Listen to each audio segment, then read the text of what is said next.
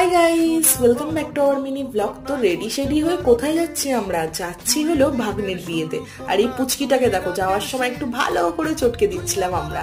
আর এখানে আমার বর সেজে গুজে পুরো রেডি যাওয়ার জন্য। বিয়েতে যেতে পারিনি তো কি হয়েছে, রিসেপশনে তো ছুটিয়ে মজা করতেই হবে, বরপক্ষ বলে কথা। তারপরে এখান থেকে অটো টোটো করে আমরা সোজা চলে গিয়েছিলাম সোদপুর স্টেশন।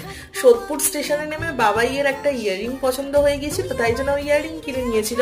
তারপরে আমরা একটু ওয়েট করতেই আমাদের ট্রেন চলে এসেছে। তারপর আমরা বাইরের এত সুন্দর নজারা দেখতে দেখতে আমাদের মেন ডেস্টিনেশনে পৌঁছে যাই। আর গিয়েই দেখি দিদিভাই দাঁড়িয়ে রয়েছে, তাই এত ভালো লাগছিল কি বলবো। বাট দিদিভাইয়ের কাছে বকাও খেয়েছিলাম যে আমরা কেন বিয়েতে আসতে পারিনি, বাট সবটাই খুলে পড়লাম।